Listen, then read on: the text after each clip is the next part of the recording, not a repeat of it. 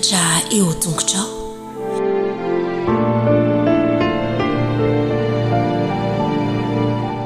Faly miarabanao manatrika izao fandarana mianatra eo tongo Jesosy izao isika dia tonga eo amin'ny fianarana isaky ny sokajy taona ka dia manasanao izahay anatrika izany hatramin'ny farany.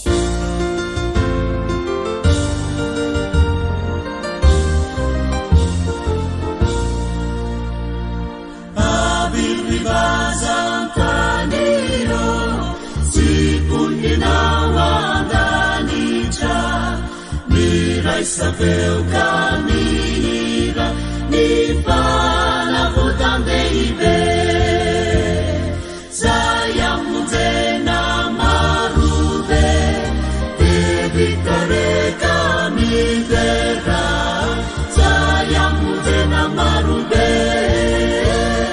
evitare camidera.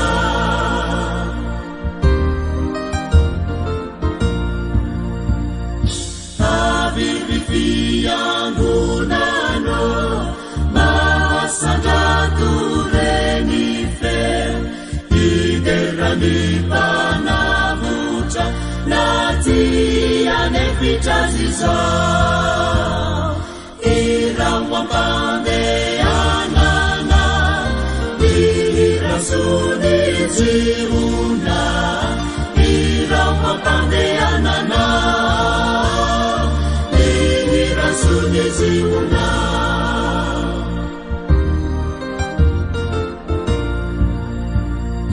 Abiribua Putio Kami falia buku Fafaduza yanar Birai sabtu kamira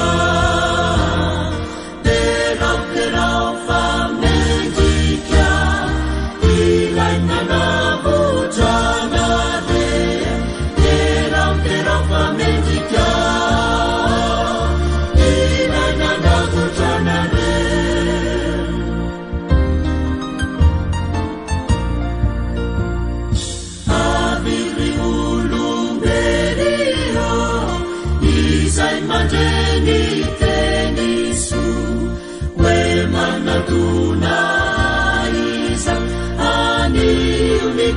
Mafidi mi fitiava ni vali mi fiderani tuida mi fitiava ni vali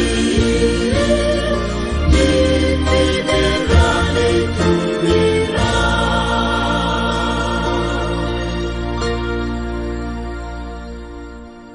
Alohany anarahantsika ny fandarana dia manasantsika hivavaka.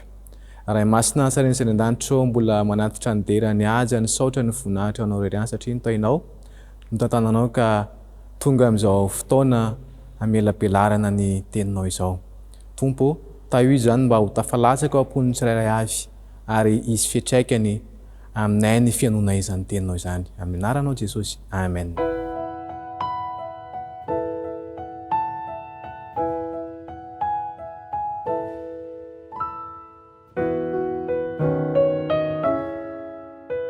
Ireo tanan-dehibe any avaratra Azia toa ny Seoul, Taipei, Tokyo sy Ulaanbaatar dia manana mponina tapitrisana izay tsy mbola nandreny afatry ny filazantsara.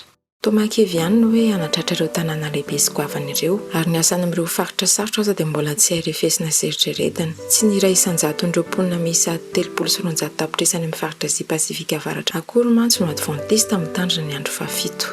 Na eo aza nefa izany fiaikana izany dia mivavaka ny mba ahitana fomba hizarana ny fahazavan'i Jesosy amin'ny faritra io ny advantista.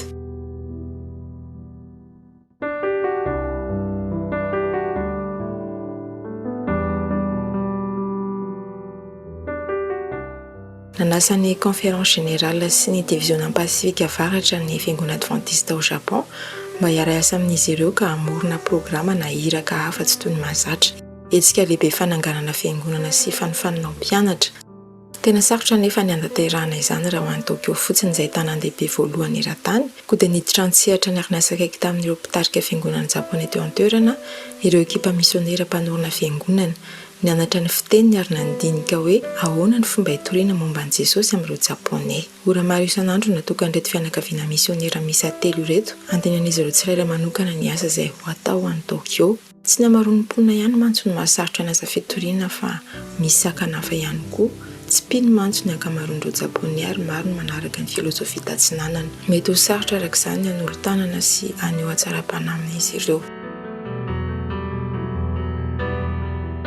Ora sy Laisy izao dia niezaka ny fandray tamin'ireo mpiara-monina amin'izy ireo manampy azy ireo miraharato ny fiantsenana. Mitsidika ny parika ka mianatra sy manatsara ny fianaran'izy ireo ny fiteny japonay amin'ny firesahana amin'ny olona eny an-dalana. Fomba ambolena fifandraisana amin'izy ireo avokoa izany. Mivorisa tsabaty ireo ekipa misionera ireo mba hivavaka, hianatra ny tenin'Andriamanitra, miara-misakafo sy mifaly, mifampizara ny fanandramana ary mitalao ny fanamasina. Iaho izao dia mambora ny fiangonana eo an-toerana izay nandray am-po tokoa ity iraka manokana ity ka nanokana ho toerana hivoriana ny tranony andraisana ireo liana. Misy amin'ireo tokantrano hafa ihany koa izay vao napiditra baiboly tao tokantranony. Misy hafa indray mangataka ny vavahana ho an'ny fianakaviana. Betsaka ny zava-mahagaga miseho any Tokyo ary iampy ny ekipana pastora iasany satria eritreretana sady ny andefasana mpamaky ilay mission mondiale, ny anorenana centre d'influence sy andefasana mpiasan-tsitrapo tsy ho ela. Toa sarotra loatra ny fieritreretana izany hoe hitory any amina tanan-dehibe goavana maneran-tany izany, kanefa ny herin'Andriamanitra ny fanohitra afaka hiotra ny sakana rehetra. Koa mangataka anao izahay hivavaka ho anty iraka manokana fananganana fiangonana sy etsika fanaovana mpianatra ity ary misaotra ny amin'ny fanatitra izay manohana ka afahana manatanteraka ny asa maneran-tany.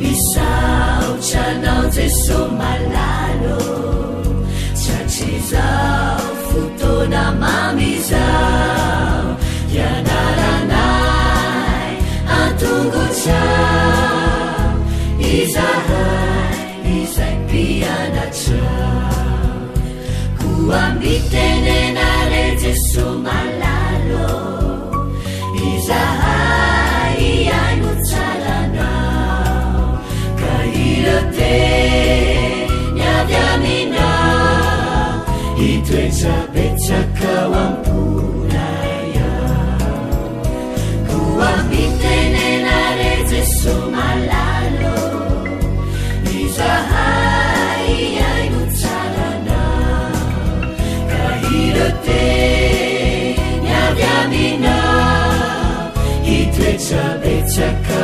wampunaya irote nyavyamina itoetra betsaka wampunaya.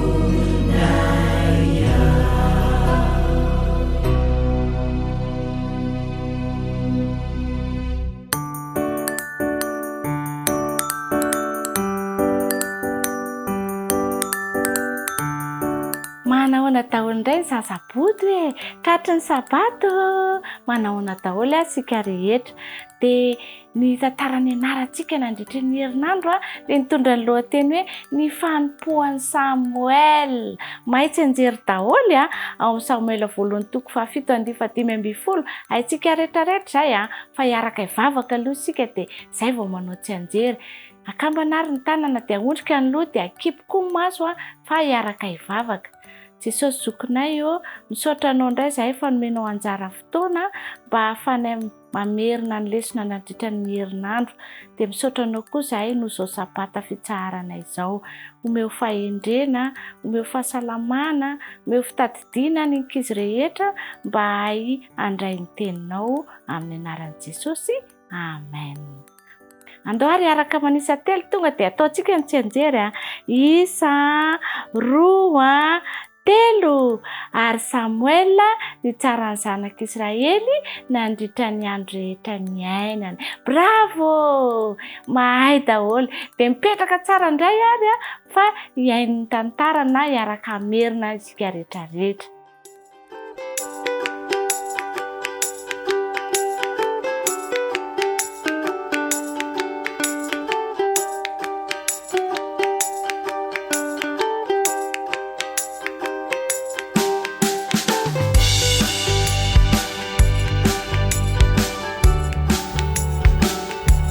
nanomboka nivavaka tamin'ny sampy rakizy ny Filistina.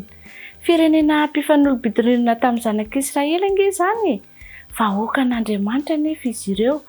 Ka iray tamin'ireo sampony ny Bala, Andriamanitra ny varatra sy ny orana tany amin'ny Filistina tany. Maro ny zanak'Israely no nanana sampy kely ny Bala tany an-tranony. Nalefa n'Andriamanitra ary Samuel mba hiresaka amin'ny vahoaka. Izao no nolazainy Samuel: raha miverina amin'ny Jehovah mifonareo tokoa ianareo dia ario hiala aminareo ny andriamanikafa sy ireo Astarta, ka ampiomamy ny fonareo ho an'i Jehovah ary aoka ihany no tomponareo izany Andriamanitra izany. Niaino an'i Samuel ny vahoaka Israely, dia nompiteny izy ireo ny sampony rehetra ary nanomboka nivavaka tamin'Andriamanitra indray izy ireo. Dia hoy Samuel: vorio ny zanak'Israely rehetra ho an'ny Mizpa, hivavaka amin'ny Jehovah ho anareo Noho izany dia tonga nivory tany Mizpa ny olona. Efa nanota tamin'i Jehovah sika hoy izy ireo ny hiakiakany fa nalahelo noho ny heloka vitany. Mifony zahay, tena mifona tanteraka. Eny ny Filistina fa nakany Mizpa hono ny Israely, andao sika hanafika azy ireo. Izay no lazainy. Noho izany dia novorian'ilay mpanapaka ny Filistina ny miaramila. Lasa izy ireo nizotra nakany Mizpa. Tonga ny Filistina, tonga ny Filistina! Hoy ny antsoantson'ity tovolahy kely iray niazakazaka nanerana ny arabe. Ny fampijery tamin'ny maso mivandravandra ny zanak'Israely. Angatao Andriamanitra mba hamonjy antsika amin'ny Filistina, hoy izy ireo ny angavy nitaraina tamin'ny Samuel. Nivavaka mba hiaro an'i Israely Samuel. Ary dia niteny soa avy amin'Andriamanitra no nipoaka toy ny kotro-baratra teny amin'ny lanitra. Niverimberina tany ambadiky ny tendrombohitra izany. Nidona tamin'ny rivotra, nirondraona ary nipoaka. Natahotra ny Filistina ka nanary ny sabatra sy ny levona teny an-tanany, ary lasa nitsoaka nandositra arak'izay azo natao izy ireo.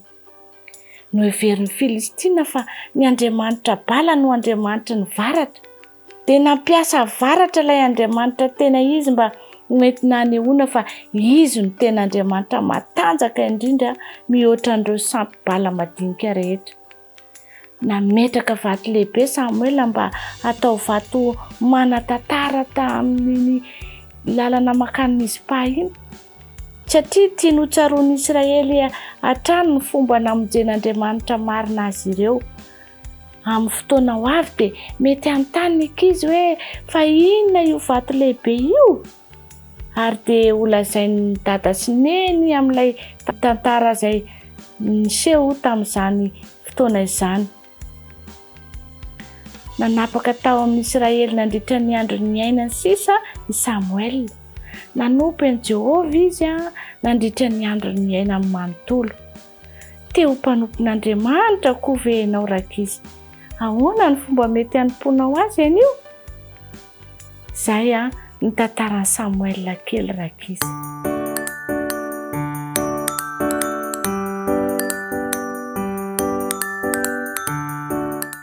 Kokoa daholo ianareo rakizy namako, tonga indray teny fotoana ahafahantsika mamerina ny lohahevitra. Ny lohahevitra faefatra no andeha raha antsika mamerina izay manao hoe motiava ianao.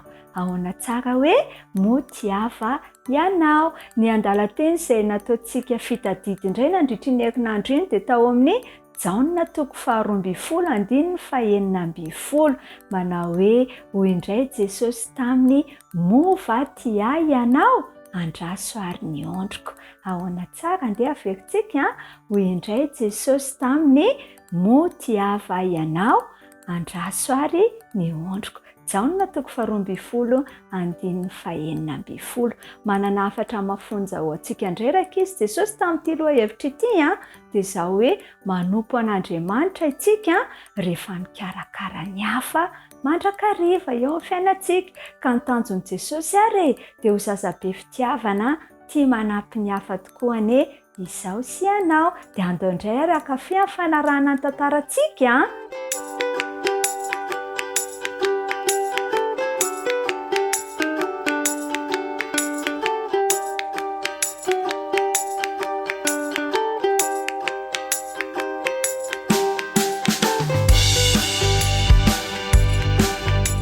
Iasante a, any aminao ve ny satrokao? Hoy neny. Eny ry neny a, hoy Iasante. Mbola naverineny tamin'ny Iasante indray izany fanontaniana izany. Angamo aho tsy efa namaly azy hoe eny, hoy Iasante nieritreritra. Rehefa iny andeha hivoaka ny varavarana iny izy, dia niverina nanontany azy indray neny. Raha any aminy satrony, niezaka ny tsy ampisehony tsy faharetana izy, ka mbola nolazainy tamin'ny indray fa efa any aminy izany. Ato amin'ity tantara ity, Jesosy dia nametraka intelo ny fanontaniana anankiray tamin'ny Petera. Efa dodiny ery Petera, andeha anjono aho, hoy izy tamin'ireo mpianatra hafa. Vao tsela akory izay ilay fotoana nanomboana an' Jesosy teo amin'ny hazofijaliana. Indroa izy no niseho tamin'ny mpianatra taorian'ny nitsanganany tamin'ny maty. Fahagagana lehibe no nahita azy sy ny nahafantatra fa velona izy. Tsy nilaza i Jesosy fa efa nanda azy intelo Petera. Mbola sahiran-tsaina ihany anefa Petera tamin'izany rakizy. Menatra tamin'ny zavatra nataony izy. Mety efa nangataka tamin'Andriamanitra izy mba hamelaneliny. Mety nihevitra koa azy izy fa tsy ahatoky azy intsony Jesosy. Fantatr'ireo mpianatra hafa ve izany? Hoy ny mety ho eritreriny. Fantatr'izy ireo ve fa nanenina aho? Tapa-kevitra ny sasany tamin'ny mpianatra fa andeha anjono miaraka amin'ny Petera. Raha vao nilentika ny masoandro dia niditra tao an-tsampon-kelin'ny Petera izy ireo. Tsy ela dia natositosiky ny rivotra teny ambonin'ny rano izy ireo. Nijanona teny nandritry ny alina izy ireo, saingy tsy nahazo na inona na inona. Hoy angamba Petera tao an-tsainy hoe very fotsiny ny fotoana niasana tamin'ity alina ity ka. Vao maraina be, rehefa hiposaka amin'ny masoandro dia niverina teny amoron-drano izy ireo. Tsy nitondra trondro na dia iray azy. Rehefa nianananika ny morona ny sambon'izy ireo dia nahatsikaritra lehilahy iray mijoro teo izy. Niantsoantso ilay lehilahy hoe nahazo trondro ve ianareo? Dia namaly ny mpianatra hoe tsia. Niantso indray ilay lehilahy, alatsao eo amin'ny ankavanan'ny sambonareo ny arato fa azo ianareo. Mety mba te hahafalifaly fotsiny ilay lehilahy angamba izy ireo, na koa mety hoe te mba hanandrana fotsiny, na inona mety ho antony dia notanterahany izay nasain'ilay lehilahy natao. Tsela akory dia feno trondro ilay arato. Tsy vitan'izy ireo akory aza ny sintona ny arato ho ao anaty sambo. Tampoka teo dia fantatry jaona ilay lehilahy ka hoy izy tamin'ny Petera, tompo io. Faly aoka izany Petera fa nahitan'i Jesosy indray izy. Niandry azy ireo Jesosy, efa tena akaikely ny moron-drano mihitsy ny sambo tamin'izay. Ka tsy andry ny Petera intsony izay ahatongavany, nitsangibikina niala avy tao anatin'ny sambo izy ka nandeha namakivaky ny rano mba hanatona an'i Jesosy. Ny sasany kosa nanaraka azy tao anatin'ny sambo kely ihany. Rehefa tonga teo amin'ilay morona izy ireo dia hitany fa efa nandrehitra afo Jesosy. Nanatontrondro vitsivitsy atao sakafo maraina izy. Faly ery izy ireo, nakafe ny trondro sy ny mofo no hohanin'izy ireo teo. Nitodika tamin'ny Petera i Jesosy rehefa avy eo rankizy. Moa ny fitiavana ho ahy mihoatra noho ny fitiavany ireto? Namaly avy hatrany i Petera nanao hoe eny tompoko, ianao malala fa tianao aho. Dia nijery tao amin'ny mason'i Petera Jesosy ka nilaza moramora hoe fahano ary ny ondrikeliko. Dia nanontany indray Jesosy hoe moa tiava ianao ry Petera? Namaly Petera hoe eny tompoko, ianao malala fa tianao aho. Hoy indray Jesosy hoe andraso ary ny ondriko. Nanontany fanontelo indray Jesosy hoe Petera, moa tiava ianao? Tsy hitan'i Petera izay atao. Mety nihevitra angamba izy hoe tsy nino azy Jesosy. Nahoana izy no nanontany azy intelo, satria ve nandany Jesosy intelo Petera? Nalahelo Petera satria efa intelo no nanontany azy Jesosy. Navesatra ny fon'i Petera rehefa namaly an'i Jesosy izy hoe tompoko, ianao mahalala ny zavatra rehetra, fantatrao fa tianao aho. Dia hoy ihany Jesosy hoe fahano ary ny ondriko. No ny farany dia nilaza tamin'i Petera izy hoe manarahy. Tsapan'i Petera tamin'izay fa efa namela ny helon'i Jesosy. Mbola tian'i Jesosy hanaradia azy ihany Petera. Nahoana no nanontany an'i Petera intelo teo mason'ny mpianatra hafa Jesosy? angamba ho fantatr'izy ireo fa efa namelany elo Petera izy. Tiany Jesosy ampianarina ny Petera koa ny lesony faharetana sy ny firaisam-po ary ny famelan-kelo karakizy. Mila izany rehetra izany Petera rakizy atsoatsy. Nanana asa atao an'i Jesosy izy hitarika isika arakarampeny vaovao maro ho azy izy mandritra ny fiainana. Misy zavatra manokana tiany Jesosy ataontsika ihany koa, zavatra tokana no tsy maintsy ataontsika mba hanarahana sy hanompoana azy. Ny mitia azy amin'ny fontsika rehetra, rehefa manao izany isika dia haniry ny hikarakara ny hafa ihany koa.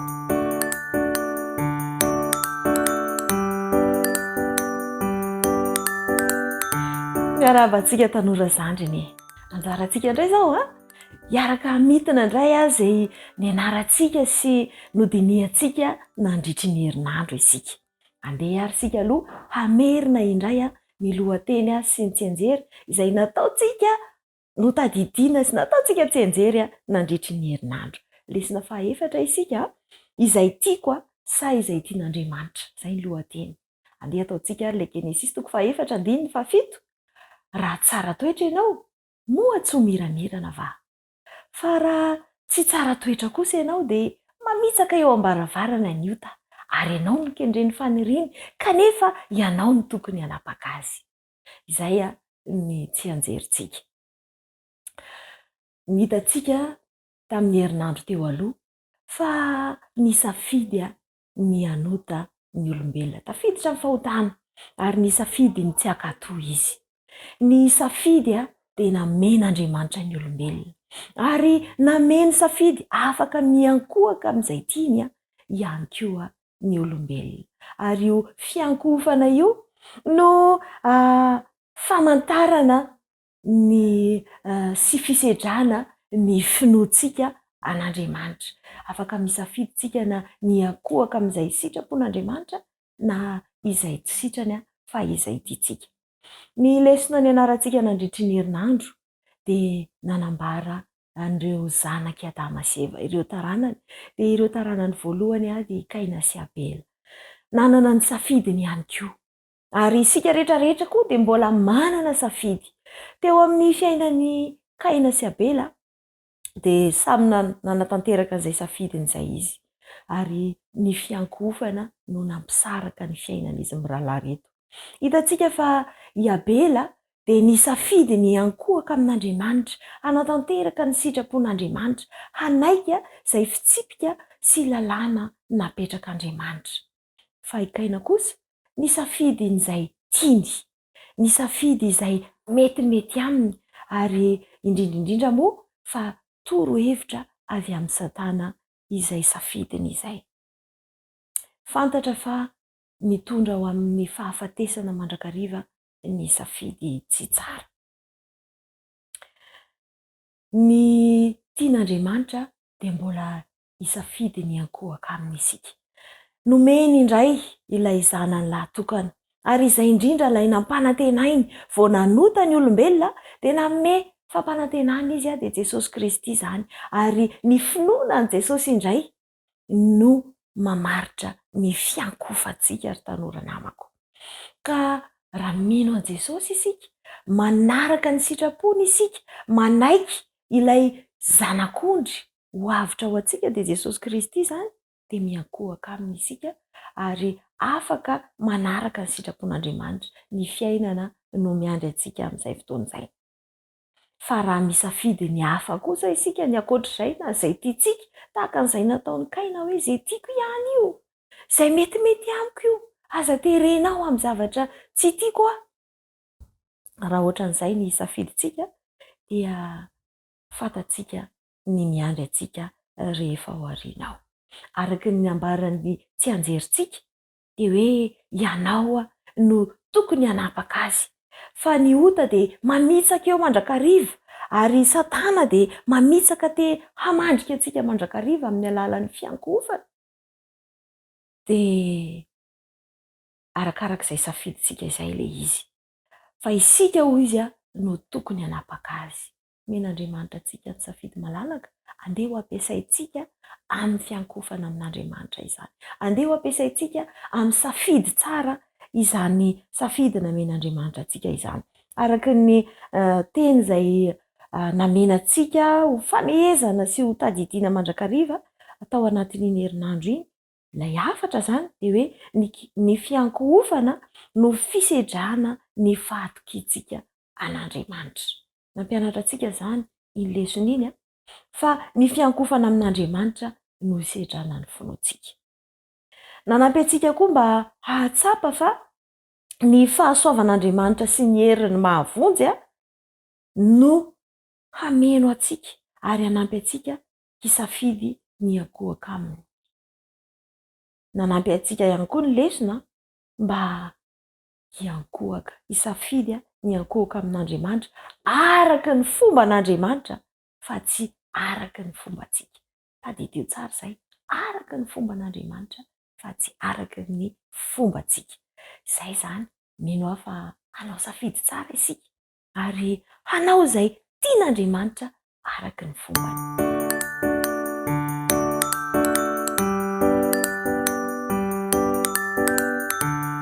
Amin'ny fifaliana no iarabana ny tanora mantoanto rehetra, iarabanantsika rehetra ihany koa natratra izao sabata izao indray.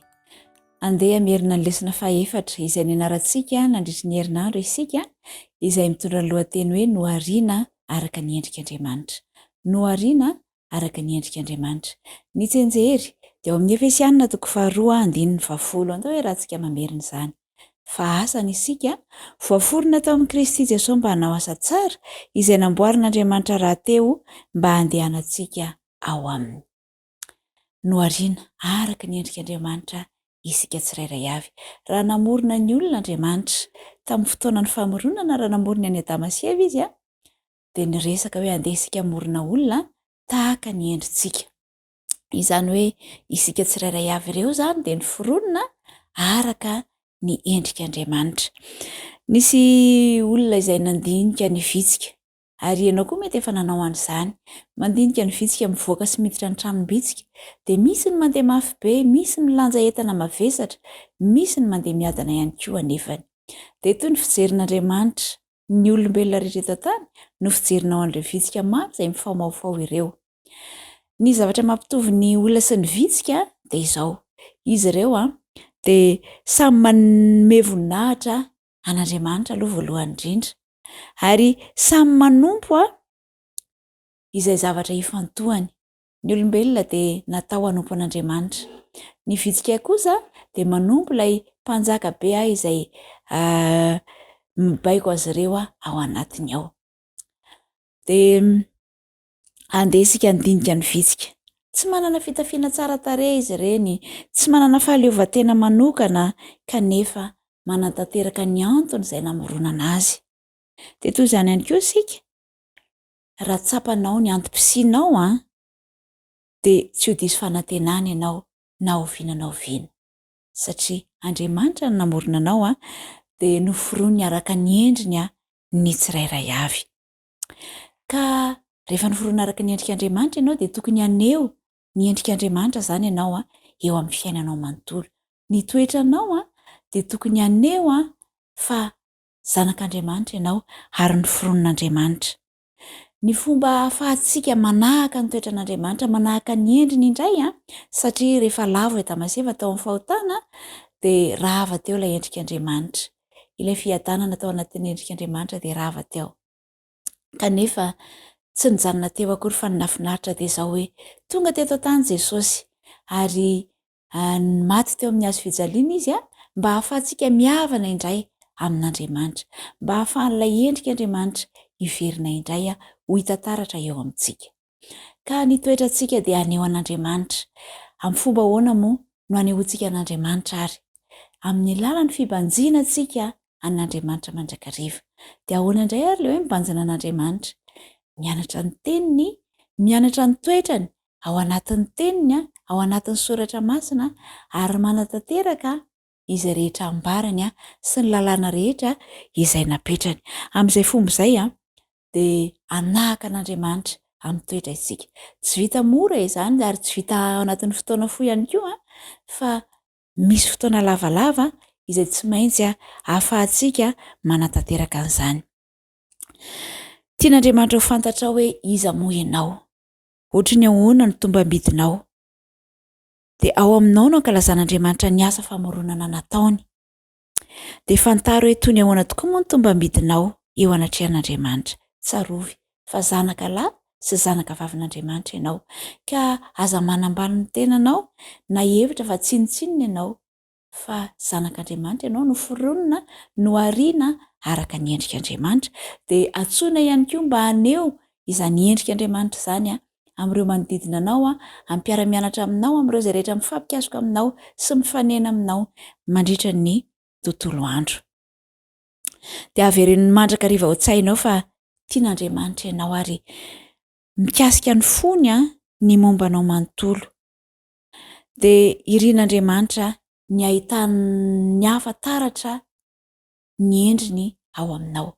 Araka ilay lohateny hoe no ariana araka ny endrik'Andriamanitra sy ilay tsenjery hoe fa asany isika voaforona tao amin'ny Kristy Jesosy mba hanao asa tsara, dia andeha isika hanao asa tsara tokoa ary manomboka izao ho fanehoana voninahitra an'Andriamanitra, ho fanehoana ny endrik'Andriamanitra eo amintsika, dia hanao ny asa tsara isika arak'izay nambaran'Andriamanitra mba handehanantsika ho aminy ihany koa. Dia mirary soa ny mantoanto rehetra indray ary mba hanao fampiarana tsara eo ambany fahasoavan'Andriamanitra. Dia veloma dia manaraka indray.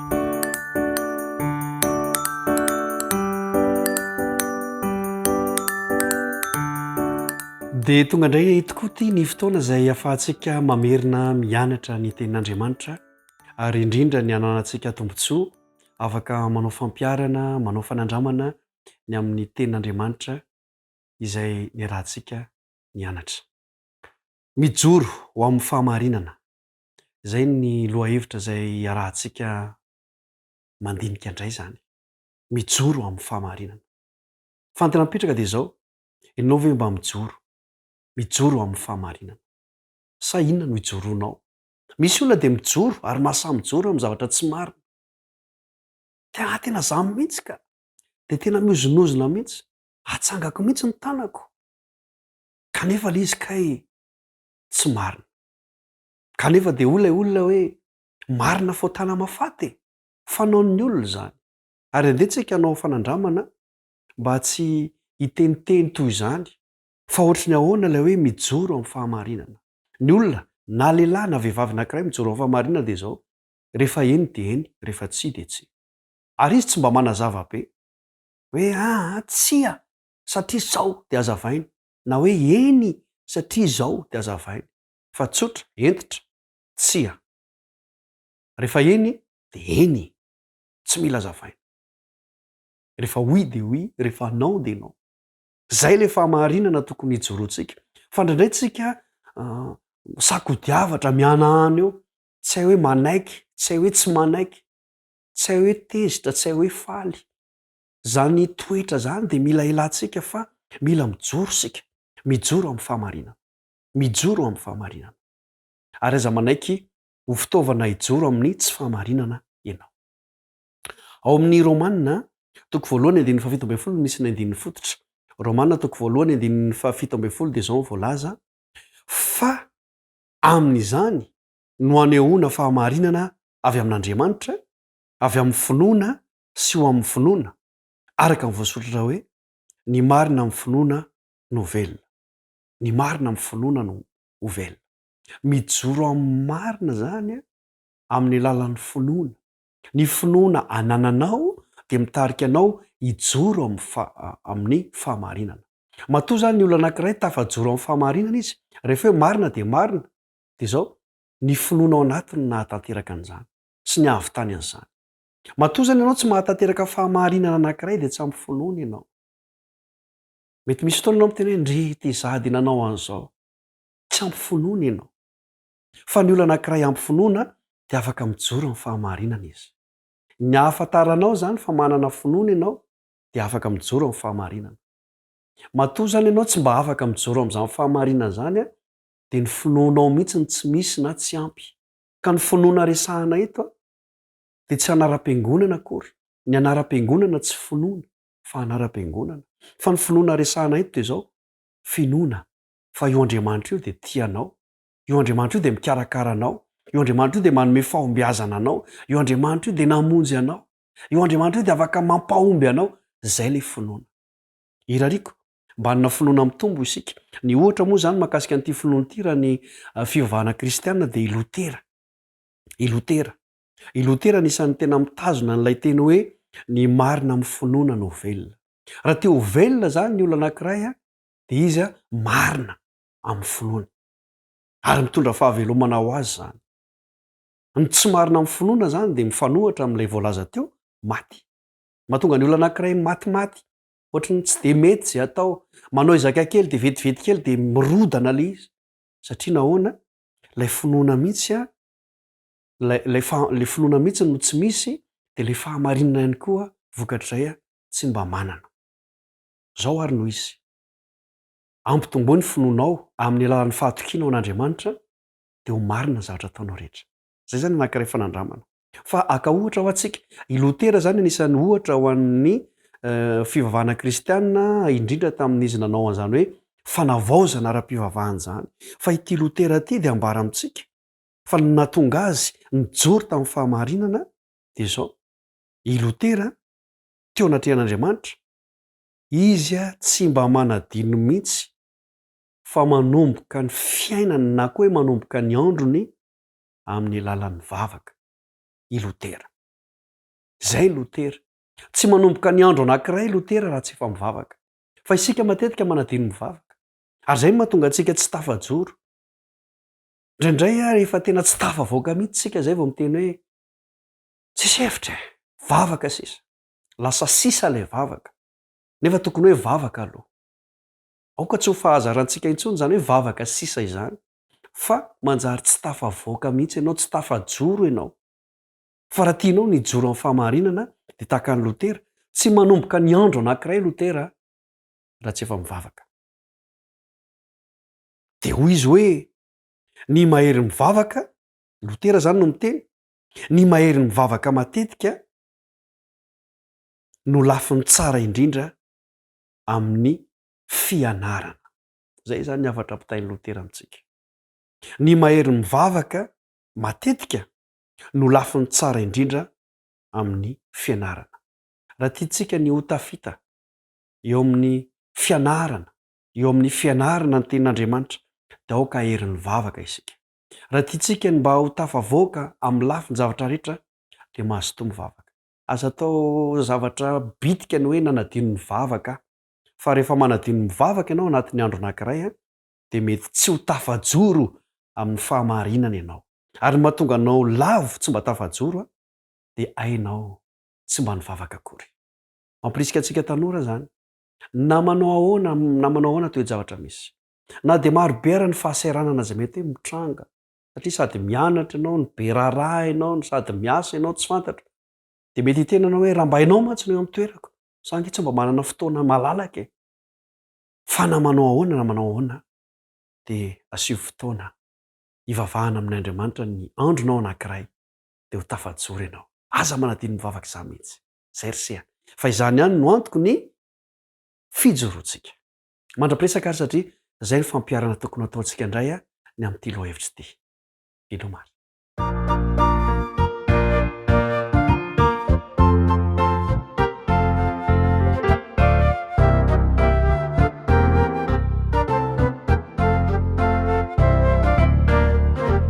Misy fetrany ny andro iainana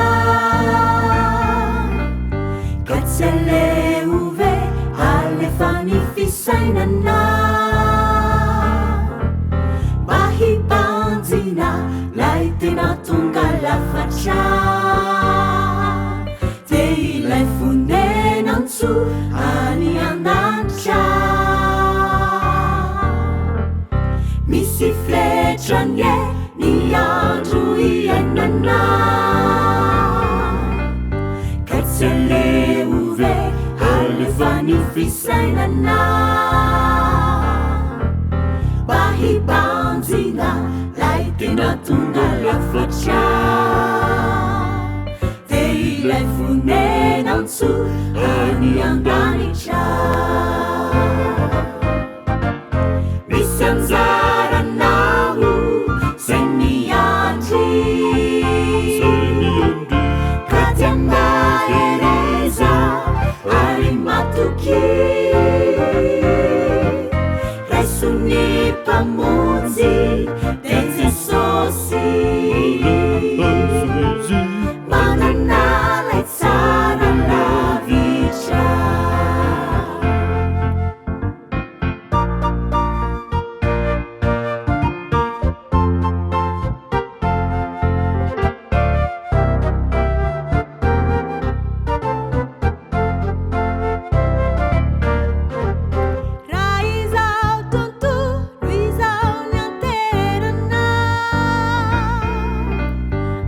tsy misy azo ampenainao aisoanao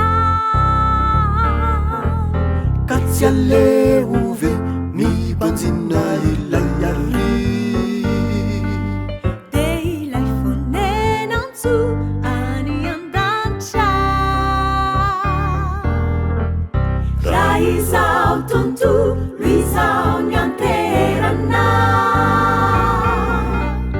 de tsy misy azo ampenainao aisoanao ka tsy aleove mibanjina ilay ary de ilay fonenantso any an-danitra misy anjaranao zay miandry ka dia mahereza ary matoky resony mpamonjy de Jesosy manana lay tsara lavitra misy anjaranao zay miandry ka dia mahereza ary matoky resony mpamonjy de Jesosy manana lay tsara lavitra mamerina ny fiaravana amintsika rehetra indray ao anatin'ny famotinana ny lesony tanora zoky ny isika ankehitriny.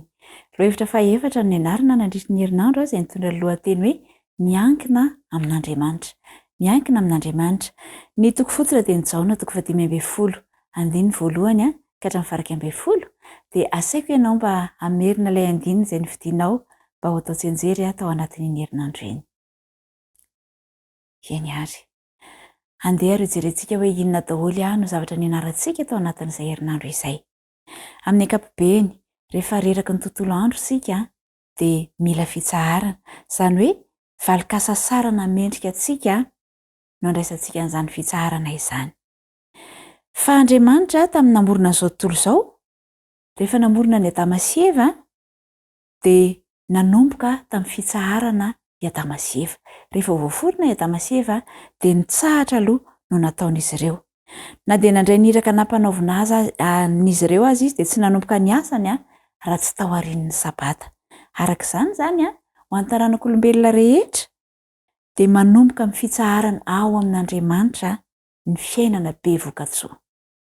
Ny fitsaharana izany dia tsy valikasasarana fa fanomezana avy amin'Andriamanitra.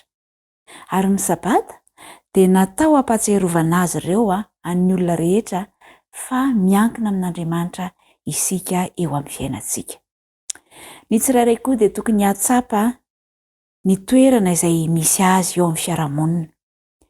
Toy izao hoe rehefa tsy pahary ianao dia voary ianao izay. Ary mazava be izany lojika-piainana izany, rehefa tsy pahary ianao dia voary. Ary ny voary manontolo dia miankina amin'Andriamanitra fa tsy misy ny mifamadika amin'izany. Ary ny didy momba ny sabata dia fomba hitenenan'Andriamanitra amin'ny voary. Hoy izy hoe fantaro ny toerana misy ianao. Rehefa takatra sy hajaina ny toerana misy an'Andriamanitra dia mahafantatra sy manaiky ny toerana misy azy ny voary. Izany hoe ny fiankinana amin'Andriamanitra sy ny fiankena izany no tena foto-kevitra hijoroan'ny didy momba ny sabata. Rehefa tsapanao hoe Andriamanitra no namorona anao dia fantatra hoe inona izany ny toeranao. Voary ianao izany ary rehefa voary dia manaiky ny fitantanan'ny pahary sy ny fiankinana amin'ny pahary. Ny lalàna no mahatonga ny olona hatakatra sy hanaja ny foto-kevitra anankiray. Raha ny marina dia tsy ho nisy izao rehetra izao raha tsy teo Andriamanitra ary miaiky an'izany tsika rehetra. Dia izao hoe tsy mety izy koa ny zavatra rehetra raha misaraka amin'Andriamanitra isika. Tsy mahay manao na inona isika raha misaraka amin'Andriamanitra. Dia na dia lavo ary isika tao anatin'ny fahotana dia tonga Kristy mba hamerina ny fiainana ao amin'ny voary izay lavo. Raha mitsahatra amin'ny asantsika izany sika isa-tsabata dia mahatsiaro fa tsy ny asantsika no mitondra fiainana ao antsika, fa afaka manandrana ny fiainana amin'ny fahafenoana sika raha tsy manaiky ny fikirana tanteraka amin'Andriamanitra. Ny sabata izany dia natao hampatsiarovana antsika. Natao hatsiarovantsika ny fomba hitantanan'Andriamanitra antsika ary ilayntsika ny miankina amin'Andriamanitra. Andriamanitra no tompon'izao rehetra izao. Izy namorona izao rehetra izao araka ny fanambarana izay nataon'i Joba. Dia hoy izy hoe taiza renao fonenanao ny tany ambarao raha hainao. Andriamanitra no namorona ny zavatra rehetra. Dia ilayntsika ny miankina aminy. Dia mampatsiahy antsika isan-kerinandro ny sabata fa tsy mety hisy fiainana raha misaraka amin'Andriamanitra. Ary izany dia lesona feno fanetretena lehibe izay tsy maintsy ianaran'ny tsirairay avy. Ary ny rehetra dia tokony hianatra fa tsy tompon'ny tenany izy ireo, tsy tompon'ny heriny, tsy tompon'ny fahaizany na ny fotoanany fa an'Andriamanitra avokoa ireny zavatra rehetra ireny, fa natao kosa mba hoentina hanomezam-boninahitra an'Andriamanitra. Dia toy izany ihany koa ny aim-panahy. Ny aina dia avy amin'Andriamanitra ary ny aim-panahy koa dia avy amin'Andriamanitra. Ary Andriamanitra ihany no miteraka ny aim-panahy ao am-pon'ny tsirairay avy. Dia hoy voalaza hoe raha tsy ateraka indray dia tsy manana anjara amin'ny aina izay omen'i Kristy. Raha misaraka amin'Andriamanitra isika dia tsy manana aina, tsy manan-kery hanoerana ny fakam-panahy izay mianjady amintsika isan'andro, tsy manana hery hitomboana akory ao amin'ny fahasoavana sy ny fanamasinana avy amin'Andriamanitra. Fa raha mitoetra ao aminy kosa isika dia ho tahaka ny hazo ambolena eo amoron'ny rano velona. Ny fitombontsika ao amin'ny fahasoavana sy ny fifaliantsika ary dia samy miankina amin'ny fikambanantsika amin'ny Kristy avokoa izany rehetra izany. Tsy tompon'ny finoantsika fotsiny izy fa mpanefa ihany koa izany finoantsika izany. I Kristy ny voalohany sy farany ary mandrakariva eo amin'ny fiainantsika. Ombantsika izy tsy tamin'ny fiandohan'ny diantsika fotsiny fa amin'ny fiainantsika manontolo isaky ny ray mandingana dia vonona hiaraka amintsika mandrakariva izy. Ny ilayntsika dia ilay fitsaharana ao aminy. Andeha isika hanantona azy, andeha isika hiankina aminy ka ninonninona zavatra ataontsika, ninonninona fahaizana sy fahalalana hery hitanjaka ananantsika dia tsinotsinona ireny raha tsy miankina amin'Andriamanitra irery ihany isika. Dia ny tompony ahitantsika rehetra dia hanao fanandramana indray isika amin'ny fiakinana amin'Andriamanitra mandrakariva eo amin'ny fiainantsika. Dia mirarisoa re ho manaraka indray.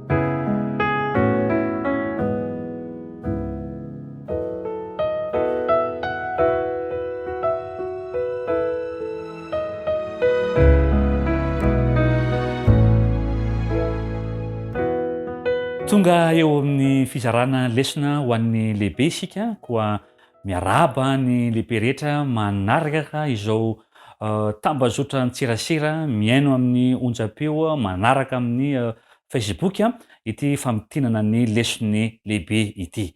Tsara ny manamarika fa ao anatin'ny lesona faefatra isika ka ny lohateny lehibe amin'ity telo volana ity dia ny hoe ao anatin'ny memy miaraka amin'ny Kristy. Amin'ity lesona faefatra ity ny iarahantsika mamerina dia ilay tondra ny lohateny hoe niendrika ilay mpanefy volamena. Niendrika ilay mpanefy volamena. Ny tsy anjery dia hitantsika amin'ny Korintianina faharoa toko fahatelo ka ny andininy fahavalo ambin'ny folo inoko fa efa samy mahay an'izany daholo isika rehetra dia iarahantsika mamerina hoe amin'ny anaran'i Jesosy fa isika rehetra kosa mitavatsy misarona dia mijery ny voninahitry ny Tompo toy ny amin'ny fitaratra ka ovana azo izany endrika izany indrindra amin'ny voninahitra ka ho amin'ny voninahitra dia ny toy ny avy amin'ny Tompo dia ny fanahy. Ny fanontaniana lehibe mipetraka amin'ny ity lesona faefatra ity dia ny hoe ahoana no ampiovantsika ara ho araky ny endriky Jesosy Kristy lay mpanefy volamena. Ary misy zavatra tokony ataontsika ve manoloana izany indrindra. Hozatraintsika telo ny famotinana. Ka ny tapany voalohany isika resaka mahakasika ny tanjony izao lesona izao. Ny faharoa dia ny vokatra tiana hotratrarina, ary ny fahatelo dia ny zavatra ataoko sy ataonao manoloana izany famerenan'Andriamanitra am'loniny ny endrikisika ho tahaka an'ilay mpanefy volamena izany. Ny Romanina 7 ka ny andininy 7:20 izay novakitsika teo amin'ny pejy 7:20 dia mivaky toy izao amin'anaran'i Jesosy. Satria izay fantany raha teo no noteny reny koa hitovy endrika amin'ny zanany mba ho lamina to amin'ny rahalahy maro izy. Iarahantsika mamaly fa ny tontolo kevitry ny Baiboly dia milaza fa tamin'ny voalohany Andriamanitra dia nahary ny olombelona araky ny endriny. Voalazan'ny Genesis 1:7 zany. Kanefa noho ny fahotana, noho lay fahavalo dia nosombainy zany lay endrika teo amin'ny olombelona izay nitovy tamin'Andriamanitra nandritry ny taonjato maro. Ary iray amin'ny tanjon'ny filazantsara nefa ankehitriny ny amerina indray am'loniny ny endrik'Andriamanitra ao anatiko sy ao anatinao, ary nataony hitovy endrika amin'ny zanany ozy, araka ny voalazan'ny Romanina 7 ka ny andininy 7:20 izay novinakitsika teo. Miaina ao anatin'ny ady lehibe ifanaovan'ny tsara sy ny ratsy mantsy isika. Lay fahavalo misintona antsika etsy andaniny, ary Kristy kosa mamelatra ny fitiavany, te hamonjy, te hamerina antsika am'loniny tahaka ny namoronany ny olombelona tamin'ny voalohany. Ary mijery avokoa izao rehetra izao sy ny zavaboary any an-danitra, inona ny fanapa-kevitro? Anaiky ve ho amboariny aho sa tsy? Ary ahoana ny aminao? Ary tokony ho hitan'izy ireo ao amintsika izany taratry Jesosy Kristy izany. Paoly dia manamafy an'izany amin'ny Korintiana 1:4 sy ny Efesianina 3 ka ny andininy 10. Na eo aza zany izay lay fanirian'Andriamanitra ho amin'ny fahatsarana. Kanefa tonga lay fahavalo namotika lay endrik'Andriamanitra teo amin'ny olombelona dia fanirian'Andriamanitra ny amerina izany indray. Izy indray no mbola manao dingana amerina am'loniny zany endriny zany eo amin'ny olombelona izay mandray azy. Ao amin'ny Joba 3:13 ka ny andininy 10 dia manome ohatra antsika ny ten'Andriamanitra, hoy izy hoe fa mahalala ny lalana falehako izy, ary izany toetrao dia ivoaka tahaka ny volamena. Anisan'ny ohatra anankiray izay fomba nanehoan'Andriamanitra ny endriny ty tantarany Joba ity. Nambaran'Andriamanitra ao amin'ny Joba 1:1 fa i Joba dia lehilahy marina sy mahitsy. Fa n'ilay fahavalo kosa izay namotika ny endrik'Andriamanitra tamin'ny voalohany no namafy salasalana tamin'ny fametrahana fanontaniana ny amin'ny tanjon'ny Joba. Hitantsika zany amin'ny andininy 7 ka hatramin'ny andininy 20. Vokany efa ambivitry ny fahamoizam-po i Joba. Tsy azo ny antony nahatonga izao zavatra rehetra izao, tsy azo ny hoe fa nahoana no miseho amiko izao kanefa aho manara-dia an'Andriamanitra. Fa ny mampiavaka ny Joba kosa ry mpijery malala, ry mpanaraka izao fandaharana izao dia fantany fa zahana toetra izy amin'io fotoana io. Ary azo ny antoka fa ahatonga azy amirapiratra tahaka ny volamena io fisedrana io ka ho tanteraka izy. Ary maro indraindray no kristianina diso hevitra fa zany manara-dia an'Andriamanitra zany dia misosa mandrakariva ny fiainana. To tsy misy fahoriana, tsy misy fisedrana, tsy misy zava-tsarotra. Kanefa ny mifanohatra amin'izany arakaraka nanaovantsika dingana hitombona amin'ny fanarahana an'Andriamanitra dia tsy faly lay fahavalo fa miditra antsehatra izy, mamafy olana, mamafy salasalana, mamafy zava-tsarotra. Kanefa navelan'Andriamanitra iseho eo amin'ny fiainantsika ireny tahaka ny fiainan' Joba, tsy hahatonga antsika hanome tsiny an'Andriamanitra, tsy hahatonga antsika hiverin-dalana, tsy hahatonga antsika angatsika, tsy hahatonga antsika hiala amin'ilay lalana efa nizorun'Andriamanitra, fa navelan'Andriamanitra iseho eo amin'ny fiainako sy ny fiainanao ireny mba hanamboatra antsika, hanefeny antsika hitovy endrika amin'ny n'Andriamanitra. ary ao anatin'izany fitsapahana sarotra indrindra ny ainany joby izany ary iainako sy ainanao koa amin'izao fotoana izao no isehony ny tena toetrantsika ary ireny no manadio ahy sy manadio anao ary amin'ireny fotoana zay verina ho sarotra tsy mafy to makivy maketaka indrindra ireny manamboaran'Andriamanitra iso anao amin'ny lafiny rehetra indrindra ny toetrantsika izay tsy ho hita raha tsy izany koa mety mandalo olana isika amin'izao fotoana izao mety mandalo zavatsarotra isika amin'izao fotoana izao ny lesona amin'ity telo volana ity izay rahantsika ihany koa amin'izao lesona faefatra izao dia aza kivy fa miaraka amintsika Andriamanitra ao anatin'izany memy izany ary tsy navelany iseho zany amotika antsika fa tahaka ny fiainan'ny Joba avelany iseho zany mba hanamboarany anefeny ary atonga antsika hanakaiky an'Andriamanitra misimisy kokoa noho ny tam'lasa. Andenga ovakitsika koa ny Mateo 5:20 ka ny andininy 7 dia zao no vaky ny teny amin'anaran'i Jesosy. Fa niendrina malaka nanao hoe sao tsy ampy anay sy ho anareo fa mandehana mankany amin'ny varotra ianareo ka mividiana ho anareo. Aitsika tsara fa nity Mateo 5:20 ny andininy 7 ity dia mitantara an'ireo virjiny 10. Aitsika tsara ny fiaritan'izy ireo lay mpapakatra.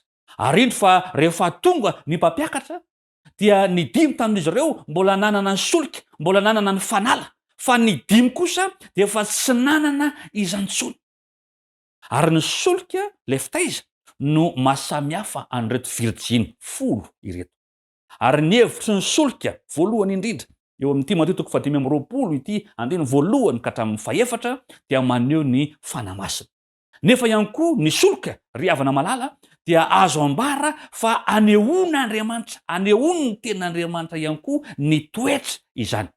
Ramatoa White dia milaza an'izao teny izao ao am'lesitsika manao hoe ao amin'ny fanoharana ireo virjiny adala dia ambara fa mpangataka diloilo kanefa tsy nahazo izay notadiavina. Izany dia tandondon'ireo izay tsy nanomana ny tenany tamin'ny alalany fa mola volana ny toetrany mba hajoro amin'ny fotoan-tsarotra. Ho mpandresy amin'ny ady isika raha mikolokolo ny toetrantsika amin'ny alalan'ny fifandraisana akaiky amin'i Jesosy. Noho ny tsy fikolokoloany reto virjiny 5 adala ireto lay fanalany dia niteraka zavatra hafa ho azy ireo. Le faniriny teo tsy tanteraka. Ary arakaraka nefa ny kolokoloana kosa izany itehirizantsika le solika fitaiza mirehatra dia maneho ny famola volantsika ihany koa ny toetrantsika irehatra hanome voninahitra an'Andriamanitra.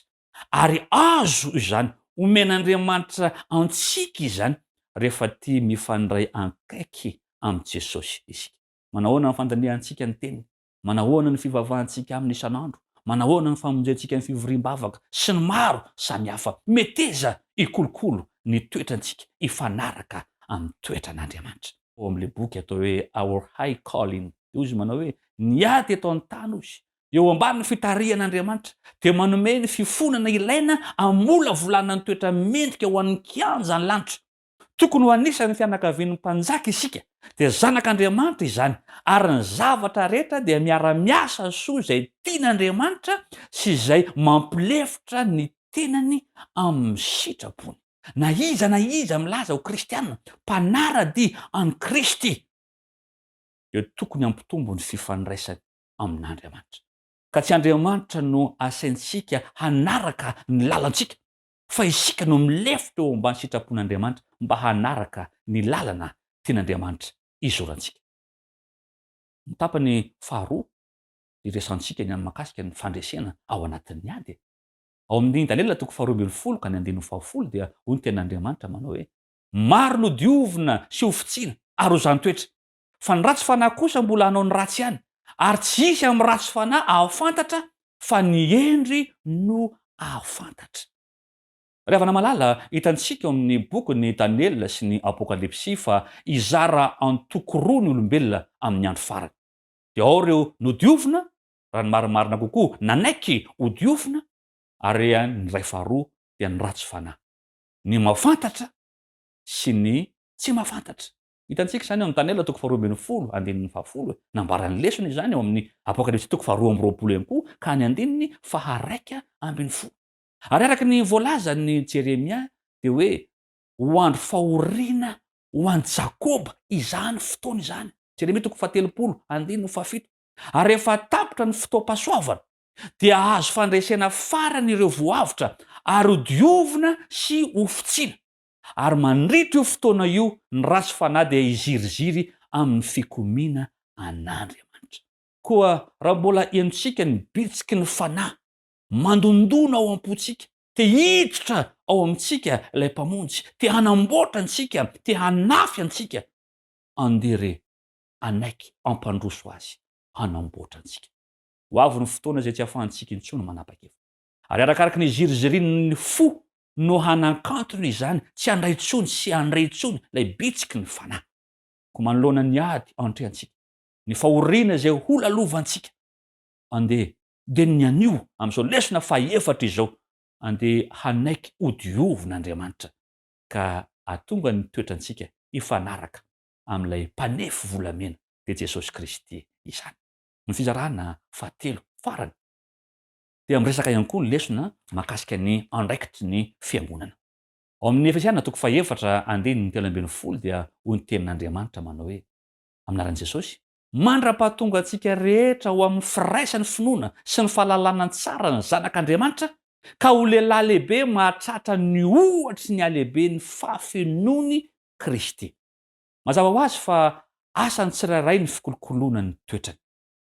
Saingy ny fantany mipetraka dia ny hoe ahoana kosa ny amin'ny toetrany fiangonana? Afaka mikolokolo sy manatsara ny toetrany ve ny fiangonana? Rehefa namalala ny toetrany fiangonana dia fitambaran'ny toetrany mambara tsirairay avy sy ny fiara-miasany. Ary voadio toetra io rehefa miara-miasa hanasoa ny hafa isika, rehefa mifampikarakara, mifampitaiza, mifanampy eo anivon'ny fiangonana. Ary izany koa dia fijoroana vavolombelona mahery vaika ho an'ny zava-manan'aina rehetra any an-danitra. Ary io Paoly milaza ao amin'ny Efesiana 4:7-10 manao hoe mba ampafantaro ireo fanapahana sy fahefana any an-danitra amin'izao ankehitriny izao ny mamaro samihafa ny fahendren'Andriamanitra amin'ny fitondrany ny fiangonana. Ka na dia samy nanana ny fiaviany azy isika ao amin'ny fiangonana, samy nanana ny toetrany, samy nanana ny fomba nitezany aby, samy nanana ny kolosaina ny ainany, aza dino fa aoka ho iray isika ho eo amin'Andriamanitra.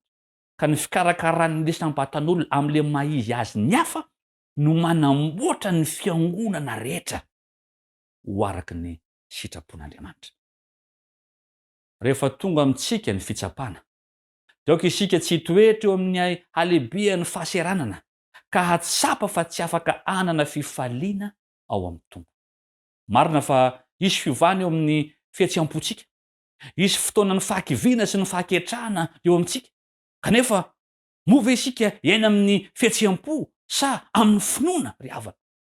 Ary raha manao teny tsy voahevitra amintsika ny rahalantsika sy ny namantsika ka mampalahelo antsika eo anivon'ny fiangonana ny resana, dia aoka tsika tsy ho kivy ny amin'izany. Aoka ho tsarontsika mandrakariva fa ao anatin'ny tontolo misy fahatsapana sy alahelo izao sy ianao, misy ny fahoriana sy ny fahadisom-panantenana. Fa rehefa miantra amintsika ireo fitsapana ireo, dia tokony hitondra antsika eo amin'ny Kristy izany. Ary raha tsy izany noho izy dia ho maty antoka isika. Marina fa faniriana eo anivon'ny fiangonana ny ahatonga ny rehetra hitovy endrika amin'Andriamanitra. Kanefa raha mandalo fahatsapana, fanenjera, aoka tsisy ho kivy, hijoro matoky hatrany. Ka ny lesona faefatra dia ampifikitra antsika tsy ala eo amin'Andriamanitra, manaiky hotefeny, manaiky amboarina, ka na inona olana, na inona fitsapana na fanandramana na zavatsarotra ho lalovantsika, aoka tsisy ala amin'Andriamanitra, fa eo izy miaraka amintsika. Ary eo ny hanamboarany antsika, hanefeny antsika ho tonga mamirapiratra ka hitovy amin'Andriamanitra. Ombantsika mandrakariva ny tompo. Ka izany lesona izany dia ampifikitra antsika raha mbola miaina eto amin'ity tany ity isika, ka tsy ala eo amin'Andriamanitra, fa vao maika aza hifikitra tanteraka eo aminy. Amen.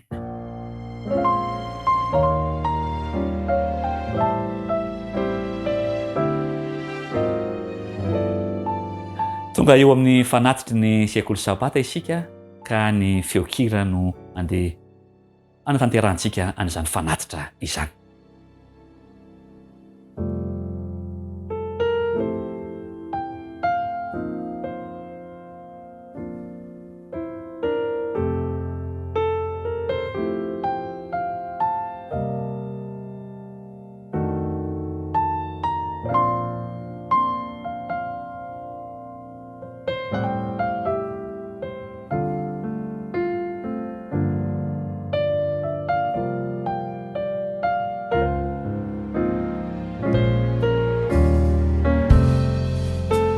amarana izao fotoana ny ekolo sabata izao isika mifamerenana ny lesona ka andeha hanondrika lohantsika isika ivavaka.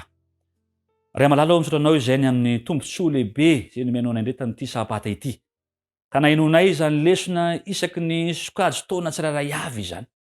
Ary namarana ny famtinana ny lesony lehibe zay ray malala ao ankehitriny. Aoka ianao no ampitombo ny finoanay. Ka ny fanandramana zay niainany Joba natao anatin'ny fahoriana sy ny fitsapana mamay aza. Dia tsokivy, tsy hiala aminao, fa anaiky izany ho fizantoetra anay. Anaiky izany ho fanamboarana anay. Ary ampio zay ray malala ao, voamaiky aza ifikitra aminao. Oka raha eo tsy handalo fotsiny aminay izany lesona izany, fa ho zava-misy eo amin'ny fiainanay eny mandra-piavinao eny amin'ny rahona lanitra. Amin'ny anaran'i Jesosy. Amen.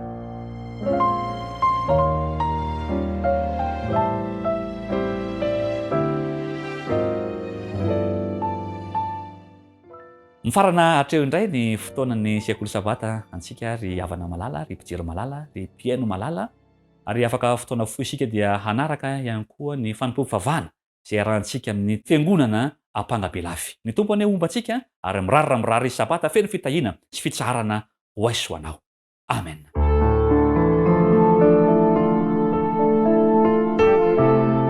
Mianatra eo tongotrao.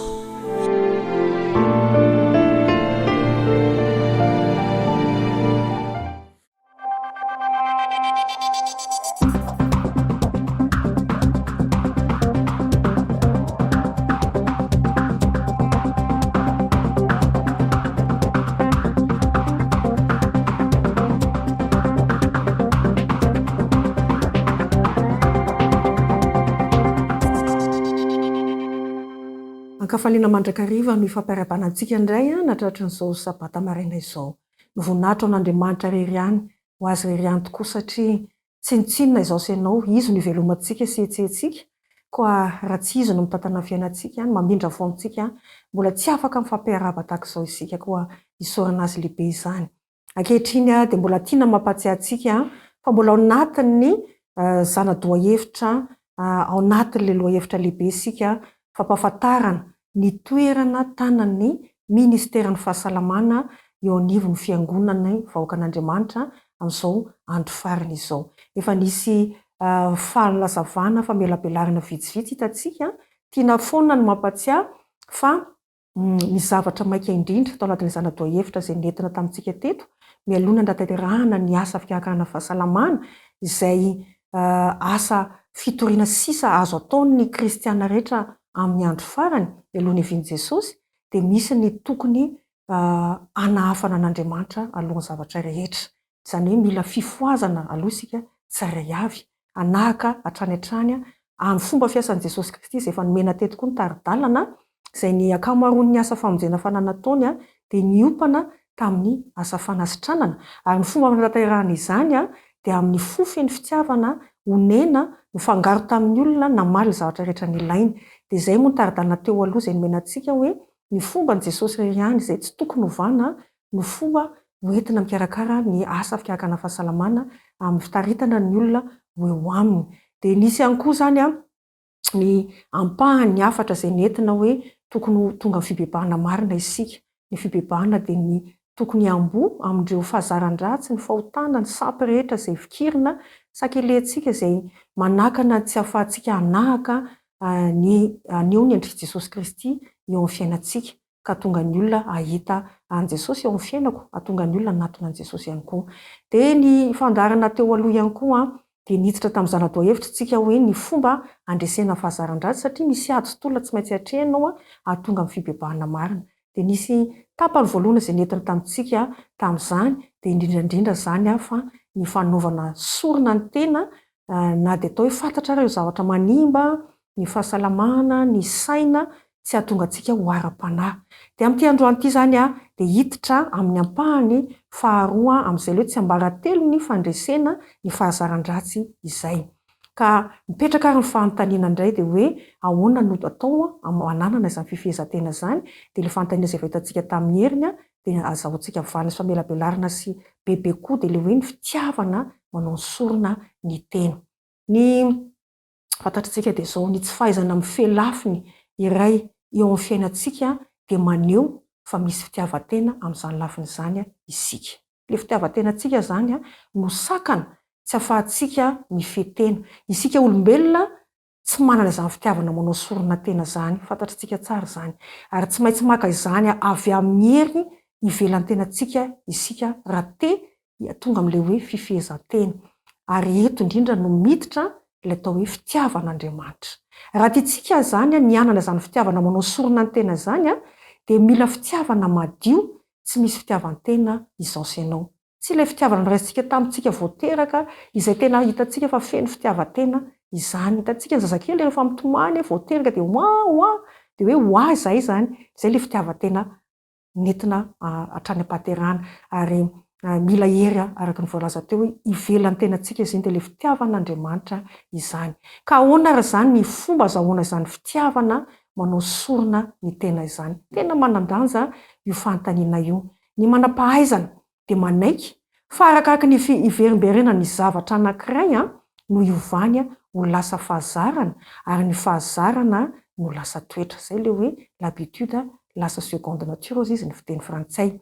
Efa henontsika matetika koa ilay hoe ny eritreritra no miasa mahatonga ny fihetsika, ny fihetsika miverimberina dia lasa fahazarana, ary ny fahazarana no lasa toetra. Ka raha tiantsika zany ny anana fitiavana manao sorona ny tena dia ny eritreritra no fototra iaingana. Ilayntsika zany arak'izay mandinika ny fitiavan'Andriamanitra isan'andro mandritra ny fotoana maharitra. Zava-dehibe ny fanaovana izany satria isika dia manahaka izay jerentsika sy saintsika maharitra. Voasoratra ao anatin'ny tenin'Andriamanitra izany. Inona fa efa niaina izao fanandramana izao isika tsirairay avy na mety mitovitovy amin'izany. Ohatra hoe misy karazana hira ohatra na mozika iray izay tena hoe tsy tiantsika mihitsiny, manelingelina ny sofintsika mihitsiny mihaino anazy. Ary ilay olona mipetraka ao ambadintsika nefa dia mandefa ny hira foana isan'andro. Dia avy eo tsika dia lasa rikoriko amin'ilay hira mihitsy amin'ny voalohany. Dia satria tsika zany tsy te hifamaly amin'ilay olona dia miaritra eny foana. Farany inona zavatra miseho? Lasa zatra ilay sofina ny farany. Dia lasa ohatran'ny toa tsy mampaninona intsony ny mihaino ilay hira izay narikoriko anao tany am-boalohany teo. Ary farany dia mampiomehy fa lasa tianao mihitsy ary ilay izy. Ary toy izay ry hava-malala ny fomba fiasan'io saintsika io. Ampatsiahivana ary isika handany adiny indray isan'andro andinihana ny fiainan'i Jesosy. Mampiasa ny saintsika isika zany amin'ny fotoana io. Ary tsara marina eto fa tsy ny lohahevitra rehetra momba an'Andriamanitra no tokony andaniana adiny indray isan'andro, fa ny tena hoe fiainan'i Jesosy Kristy mihitsy. Dia andeha aveantsika nge misy andalan-teny ao anatin'ny boky kristianina anankiray milaza mombamomba an'izany amin'ilay hoe ilay fitiavana mandresy. Izao ny vaky teny. Asoantsika ny andany adiny indray isan'andro eritreretana sy andinihana ny fiainan'i Kristy. Tokony ho raisintsika amin'ny lafiny tsirairay izany ary avelantsika mikitra ny toe-javatra tsirairay ny saina, indrindra ireo toe-javatra amin'ny faran'ny fiainana. Rehefa mandinika maharitra toy izany ny sorona lehibe nataony antsika isika aveako ihany, rehefa mandinika maharitra izany ny sorona lehibe nataony antsika isika, satria vozisitsika hoe ny secret tsy ambaratelony ny ahafahantsika manana fifehezan-tena ialana amin'ireo fahazaran-dratsy dia ny fanaovana sorona ny tenantsika. Ka rehefa hoe mandinika maharitra toy izany sorona lehibe izay nataon'i Jesosy antsika isika dia miha-matanjaka ny fatokiantsika azy, miha-lehibe ny fitiavantsika azy, ary vonto ny fanahiny lalindalina kokoa isika. Raha tiantsika ary ny vovonjy amin'ny farany araka ny voasoratra dia tsy maintsy mianatra ny lesony fibebahana sy ny fanetretena eo am-pototry ny azo fijaliana izao sy ianao. Izay ny voasoratra anatin'ilay fitiavana mandresy. Rehefa tsapantsika ary ny alala ny fitiavan'Andriamanitra dia hitsiry fitiavana toy ny azy ihany koa ao am-potsika ao. Ary izany fitiavana napetraka Andriamanitra atao am-potsika izany no ahatonga asa ianao anana ilay fifehezan-tena. Betsaka ireo zavatra manahirana antsika mpanompon'Andriamanitra, ary indraindray ilaim-panahy izao sy ianao hoe anao atsirambina izany fotoana manokana andinihana ny momba fiainan'i Jesosy izany. Aoka tsisy ho avelantsika ary aka io fotoana io na inona mety iseho eo amin'ny fiainantsika. Ka eto am-pamaranana dia ampahirizana izao sy ianao mba andany fotoana hitolomana mibavaka angataka ny tompo hanafiery antsika hanavozantsika indray ny fanoloran-tenantsika ka hanao lohalaharana ny fibanjinana ny fiainan' Jesosy Kristy sy handray ilay fitiavany ary handresy ireo fahazaran-drantsika rehetra.